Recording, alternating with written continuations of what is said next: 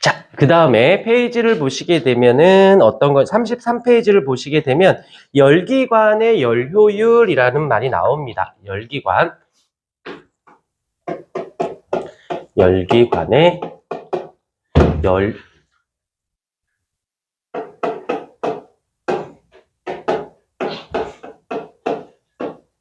항상 내 몸과 기물이 부닥쳐서 사람도 다치고 물건도 다쳤을 때를 생각해 보자.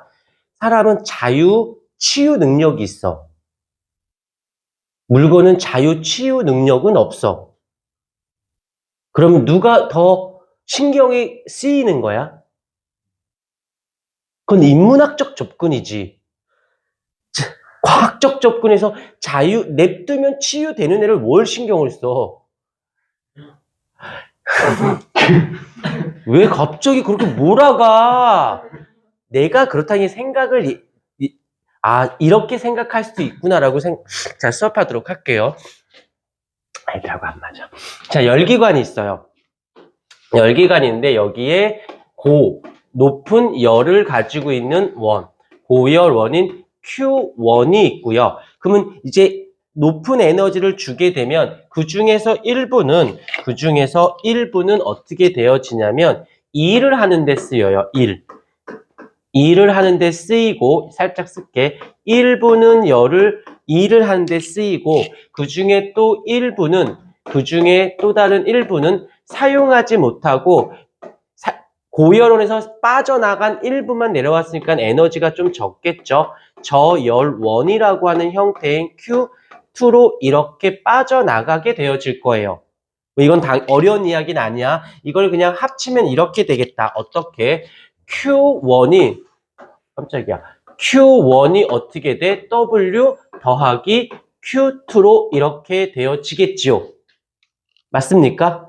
중에 일부가 여기서 1부는 1로, 1부는 1로 갔으니까 이 둘의 합은 얘랑 같은 거겠지. 여기까지 이제 문제되진 않아. 이렇게 되는 것을 이렇게 하는 기관을 우리는 무슨 기관이라고 얘기하냐면 여기를 열기관이라고 얘기를 해요. 열기관은 에너지를 받으면 그 중에 일부는 일을 하는 데 쓰이고 나머지는 사용하지 못하고 빠져나가는 것을 되는 장치를 우리는 열기관이다라고 얘기를 합니다. 자, 거기서 교재를 보시게 되면 열기관에다가 동그라미 쳐서 몇 단계 연력학 과정을 거쳐 원래 상태로 돌아가는 순환 과정을 통해 열 에너지를 유용한 일로 바꾸는 장치. 그래서 1번의 구조를 보시게 되면 밑줄 고열원으로부터 Q1 밑줄 외부에 일을 하고 밑줄 그다음 또 저열원으로 Q2의 열을 방출한다. 요게 지금 요거에 대한 이야기다라고 봐주시면 되어져요. 열기관의 순환 과정을 보시게 되면 연력학 과정을 거친 후 다시 처음 상태로 되돌아오는 과정. 밑줄 그어놓고 동그라미 순환 과정. 그다음 동그라미 한 번 더 이상적인이라는 말에다가 동그라미 한 칸 내려가서 순환 과정에서는 밑줄 처음 상태로 되돌아오므로 열기관의 내부 에너지 변화는 없다. 잠깐 일로 와볼까요? 아까 전제 조건이 무엇이었냐면 이상적이야. 이상적인 과정에서는 얘가 어떻게 돼? 일로 바뀌었어. 얘가 일로 넘어왔다가 다시 어떻게 된다는 거야? 이상적이다라는 것은 가역 반응이다라는 말을 담고 있는 거예요. 그러면 얘가 이거와 이걸로 이렇게 바뀌었어. 그럼 시간이 지나고 나면 이상적이라면 어떻게 되는 거야? QW하고 Q2가 합쳐져서 Q1으로 이렇게 되어진다는 뜻이겠지. 이상적인 상태에서는. 그런데 실제로 이건 존재할 수는 없는 거겠죠. 그렇다면 여기서 또 동그라미 실제 열기관이라는 말에다가 동그라미 좀 쳐주십시다. 실제 열기관. 실제 열기관일 때는 일을 하면 여기서 일을 하면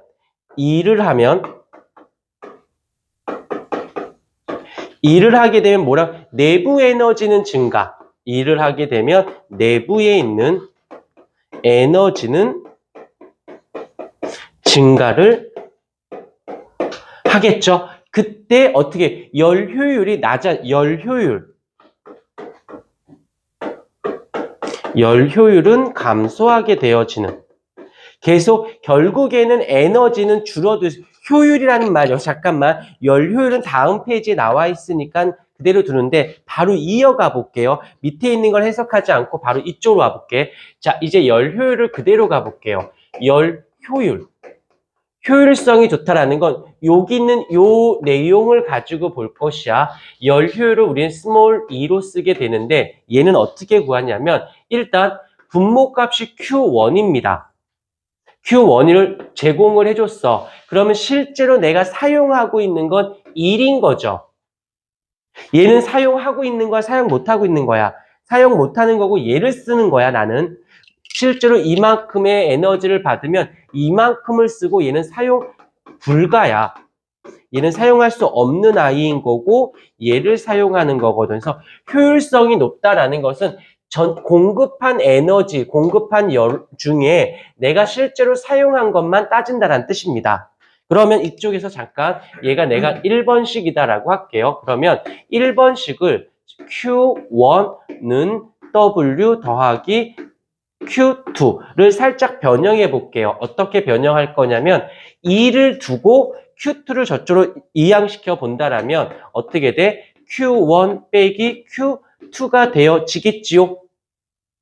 자, 그 다음에 내가 얘를 2번식이다라고 하고 얘가 1'이라고 할게요. 그러면 1'식을 어떻게 2번식에다가 대입해 보도록 할게요. 그러면 열 효율은 Q1 분의 W라는 말 대신에 Q1은 내비두고 W 대신에 Q1 빼기 Q2라고 해도 될까요? 그치요? 그러면 얘가 알겠지만 이렇게 더하기 빼기일 때는 여기 나눌 수 있는 거잖아. 그러면 1. 에이, 알지만 쓸게. 알지만 Q1 빼기 Q1 분의 Q2 이렇게 바뀌는 거 인정? 아야, 알지만 높아지면 한번 쓰는 것이야. 그 다음에 그러면 어떻게 돼? 1 빼기 Q1 분의 Q2 라고 해서 열 효율은 이렇게. 왜 이렇게 하나요? 라고 한다면 문제상에서 열 효율을 고열원과 1로 알려주면 이걸로 풀면 되고 열 효율을 1은 알려주지 않고 얘네들만 알려줬어. 그럴 때는 이 공식을 쓰시면 됩니다. 라는 뜻이에요. 얘와 얘가 별개가 아니라 문제상에서 이걸 알려줬으면 이걸로 계산하고 이걸로 알려줬으면 이걸로 계산하시면 됩니다. 라는 뜻이에요. 특별한 건 없었는데 근데 다 알 필요는 없이 이건 알고 있어. 알고 있다기보다 이건 좀 상식 아닌가? 눈이 있으면 알 수 있지. 이렇게 봐도 보이지 않니? 한쪽 눈 감고도 알 수 있잖아. 그 다음에 너희들 잘 모르겠지만 초등학교 때도 효율성 배웠니? 효율이 어떤 거야? 효율성이 높다는 건 준 거에 비해서 사용한 게 많은 거잖아. 그러면 준 거에 비해서 그러니까 미안해 컨츄리하게 준 거, 한 거 그렇잖아. 생각보다 과학을 너무 어렵게 보지 않았으면 좋겠어요. 물론 쉬운 건 아닌데 어렵다고 계속 어려워라고 째려봐야 답 나오지도 않아. 조금 일상적인 용어로 떨구면 조금 더 부드러워질 수 있다는 거예요. 자, 그래서 결국에는 요 두 개 1번식과 2번식만 기억하셨다가 문제가 나오면 니네가 변형하는 거야, 식을 니네가 스스로 변형해서 괜히 이것까지 공부하려고 하지 말고 증명됐으니까 별건 아니었던 걸 알았다라면 그냥 기본 공식을 가지고 이용하시는 게 훨씬 더 부드럽습니다. 자, 필기를 해주실까요?